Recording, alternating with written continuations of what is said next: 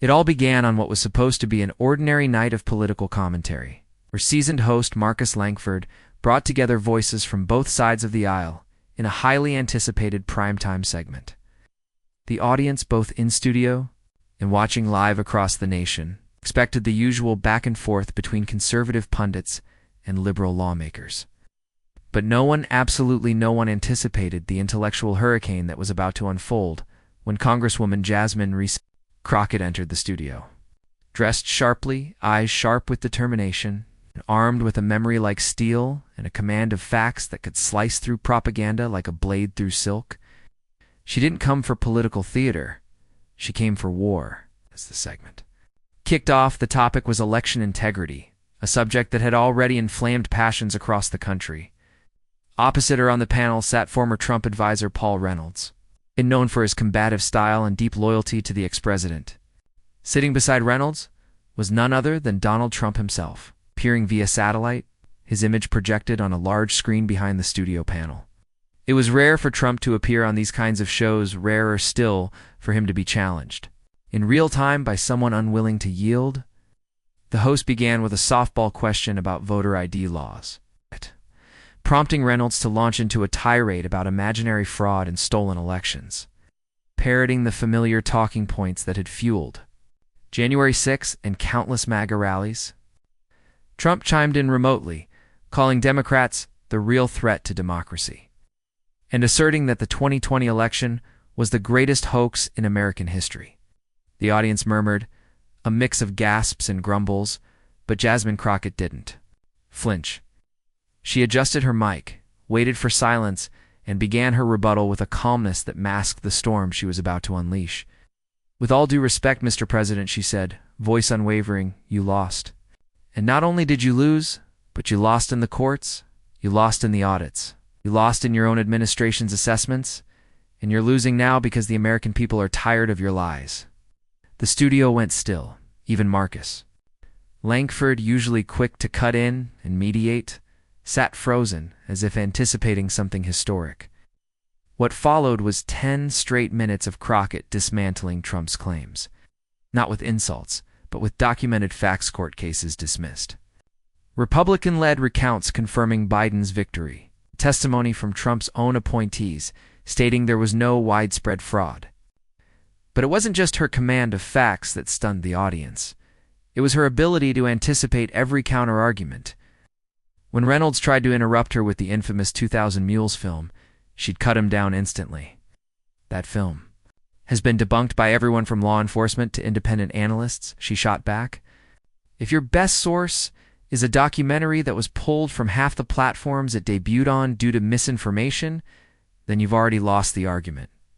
Trump's image, still visible on the big screen, showed him scowling.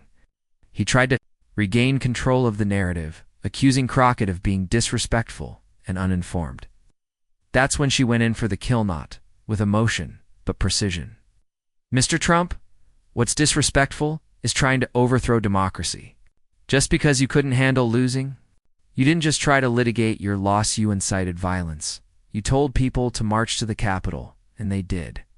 People died, and you sat in the White House watching it unfold on TV. The audience erupted into gasps and spontaneous applause. Langford's face was a mixture of shock and admiration, clearly unprepared for how far Crockett was willing to go. Yet she wasn't finished. She then turned her attention to the role Trump had played in weaponizing disinformation, how he had taken legitimate questions about election integrity and turned them into tools of division, radicalization, and chaos. She listed Trump-endorsed candidates who lost their midterm races, despite the MAGA machine throwing money and manpower behind them. She pointed out how even conservative courts had turned against Trump's legal team for lack of evidence. You're not a victim of a stolen election, she said directly into the camera. You're a victim of your own ego. You couldn't accept that more people rejected you than supported you, and instead of looking inward, you tried to burn the system down. Trump, visibly agitated, began to raise his voice, trying to interrupt. Fake news. You're full of lies. He barked, his face red on the screen. But Crockett remained calm, never raising her voice. You can call it fake news all you want, but the truth doesn't change because you don't like it. You once said you could shoot someone on Fifth Avenue and not lose support. That wasn't bravado. It was a confession. The room was now electrified.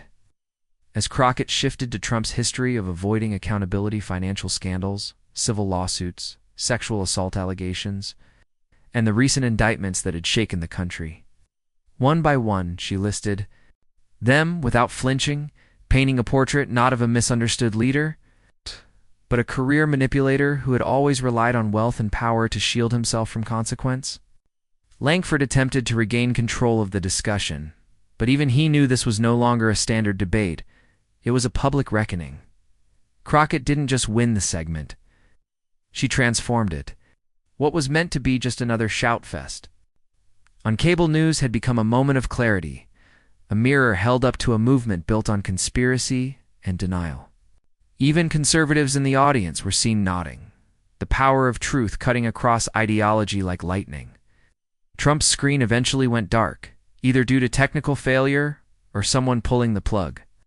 But Crockett's mic remained on, her voice firm and clear. This country deserves leaders who face reality, not run from it, who uplift the Constitution, not tear it apart when it's inconvenient. And if you can't do that, then you have no place in the halls of power.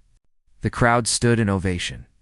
Langford, speechless for the first time in his long career, could only mutter, "We'll be right back."